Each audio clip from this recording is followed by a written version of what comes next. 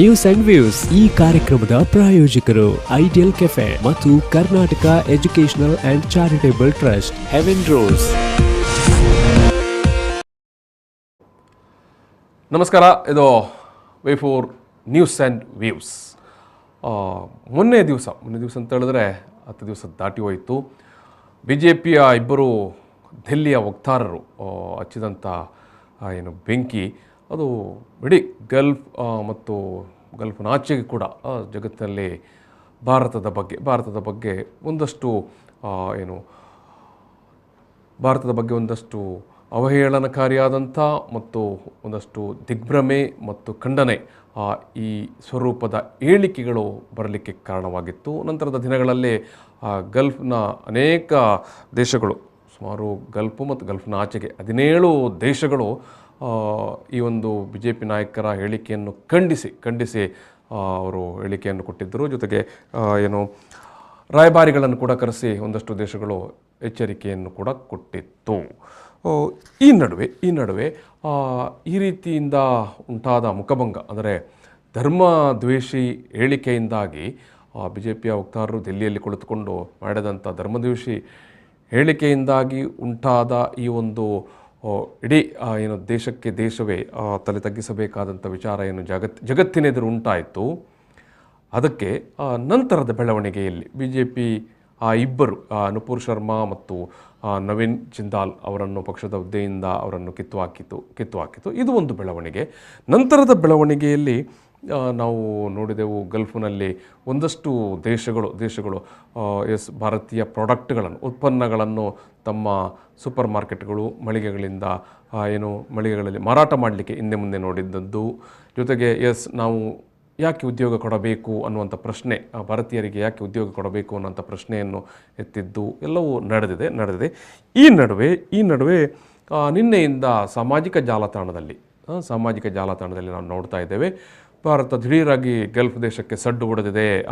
ಗಲ್ಫ್ನವರು ಈ ರೀತಿಯೆಲ್ಲ ಪ್ರತಿಕ್ರಿಯೆ ಕೊಟ್ಟೋದಕ್ಕಾಗಿ ಭಾರತ ಸಡ್ಡು ಹೊಡೆದಿದೆ. ಯಾವ ರೀತಿ ಸಡ್ಡು ಹೊಡೀತು ಅಂತ ಹೇಳಿದ್ರೆ, ನಿಮಗೆಲ್ಲ ಗೊತ್ತೇ ಇದೆ, ಭಾರತ ತನ್ನ ತೈಲ ಬೇಡಿಕೆಗಾಗಿ, ಅದು ಕಚ್ಚಾ ತೈಲ, ನಾವು ಪೆಟ್ರೋಲ್ ಡೀಸೆಲ್ ಆಗಿ ಇಲ್ಲಿ ಬಳಸಿಕೊಳ್ತೇವೆ, ಇದರ ಕಚ್ಚಾ ತೈಲವನ್ನು ನಾವು ಗಲ್ಫ್ ರಾಷ್ಟ್ರಗಳಿಂದ ತರಿಸಿಕೊಳ್ತಾ ಇದ್ದೆವು.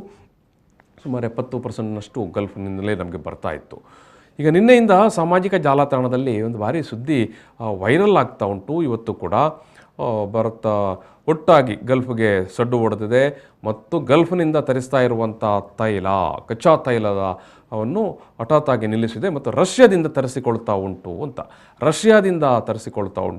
ಇದು ಗಲ್ಫ್ ದೇಶಗಳು ಭಾರತದ ವಿರುದ್ಧ ಮಾತನಾಡಿತ್ತು ಅಥವಾ ಕ್ಷಮೆಯಾಚಿಸಬೇಕಂತ ಒತ್ತಾಯ ಮಾಡಿತ್ತು. ಇದೆಲ್ಲಕ್ಕೆ ಸಡ್ಡು ಹೊಡೆದು ಭಾರತ ಈಗ ರಷ್ಯಾದಿಂದ ತೈಲವನ್ನು ಆಮದು ಮಾಡಿಕೊಳ್ತಾ ಇದೆ ಅನ್ನುವಂಥ ವಿಚಾರಗಳು ನಿನ್ನೆಯಿಂದ ಸಾಮಾಜಿಕ ಜಾಲತಾಣದಲ್ಲಿ ಹರಿದಾಡ್ತಾ ಉಂಟು.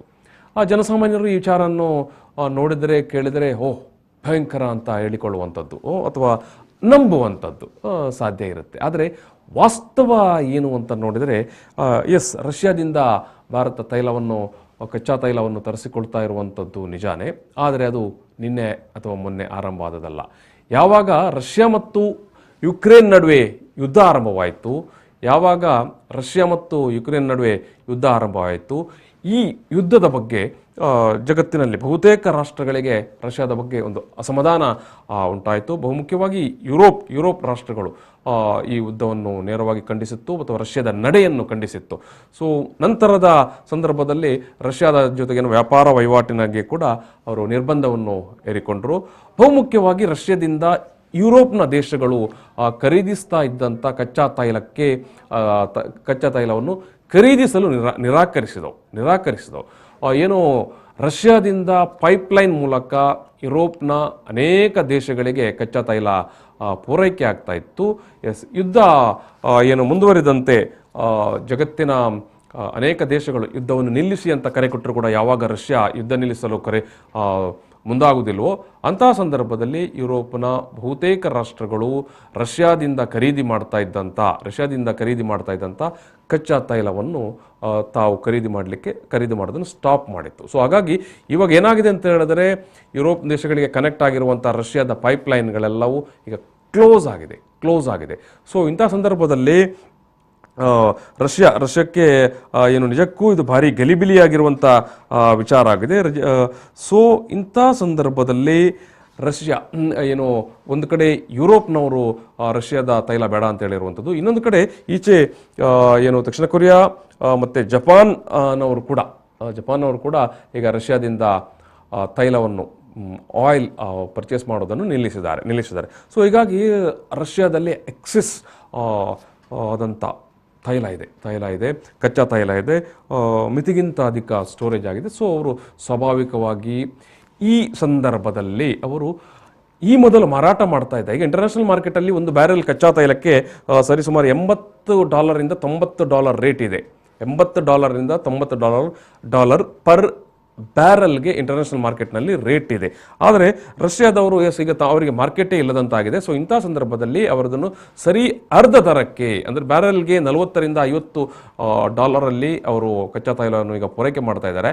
ಈ ಅವಕಾಶವನ್ನು ಸದುಪಯೋಗ ಮಾಡಿಕೊಳ್ಳುವ ನಿಟ್ಟಿನಲ್ಲಿ ಭಾರತ ಮತ್ತು ಚೈನಾ ಎಸ್ ಇಂಟರ್ನ್ಯಾಷನಲ್ ಮಾರ್ಕೆಟಲ್ಲಿ ಒಂದು ಕಡೆಗೆ $80 ಬ್ಯಾರೆಲ್ ತೈಲ ಸಿಗ್ತದೆ ಅಂತ ಹೇಳುವಾಗ ರಷ್ಯಾದವರು $40 $50 ಕೊಡ್ತಾರೆ ಅಂತ ಹೇಳುವಾಗ ಎಸ್ ಈ ಅವಕಾಶವನ್ನು ಭಾರತ ಮತ್ತು ಚೈನಾ ಈಗ ಬಳಸಿಕೊಂಡಿದೆ. ಸೊ ಇದು ಇವತ್ತು ನಿನ್ನೆ ಬಳಸಿಕೊಂಡದಲ್ಲ.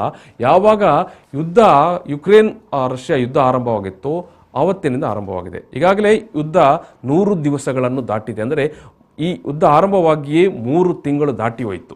ಸೊ ಇಟ್ ಮೀನ್ಸ್ ಕಳೆದ 3 ತಿಂಗಳಿಂದ ಭಾರತ ರಷ್ಯಾದಿಂದ ದೊಡ್ಡ ಪಾಲು ಏನು ತೈಲವನ್ನು ಖರೀದಿ ಮಾಡ್ತಾ ಉಂಟು ಅಥವಾ ಆಮದು ಮಾಡ್ತಾ ಉಂಟು.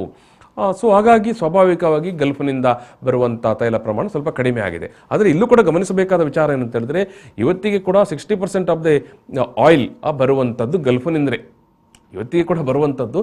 ಆದರೆ ಒಂದಷ್ಟು ಪ್ರಮಾಣವನ್ನು ರಷ್ಯಾದಿಂದ ಜಾಸ್ತಿ ಮಾಡಿಕೊಳ್ತಾ ಉಂಟು.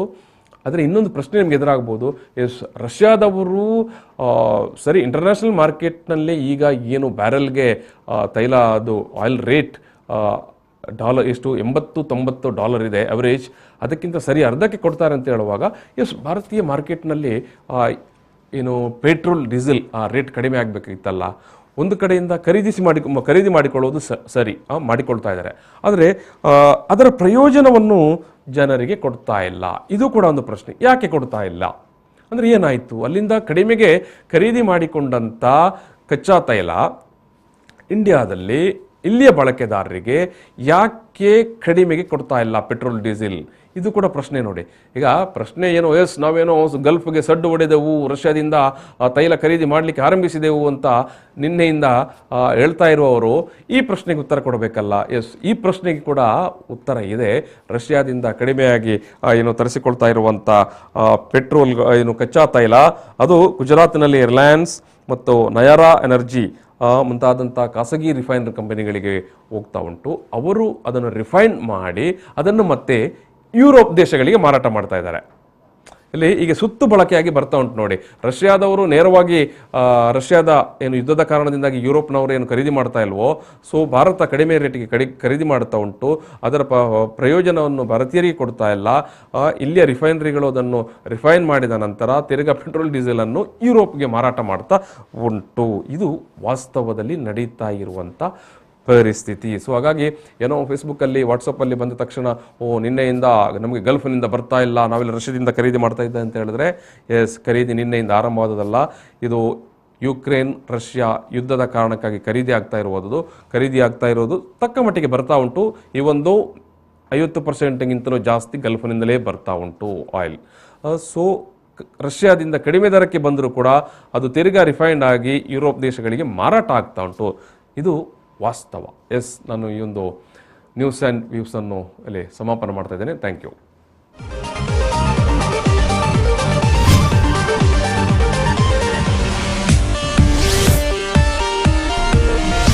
ನ್ಯೂಸ್ ಅಂಡ್ ವ್ಯೂಸ್ ಈ ಕಾರ್ಯಕ್ರಮದ ಪ್ರಾಯೋಜಕರು ಐಡಿಯಲ್ ಕೆಫೆ ಮತ್ತು Karnataka educational and charitable trust, heaven rose.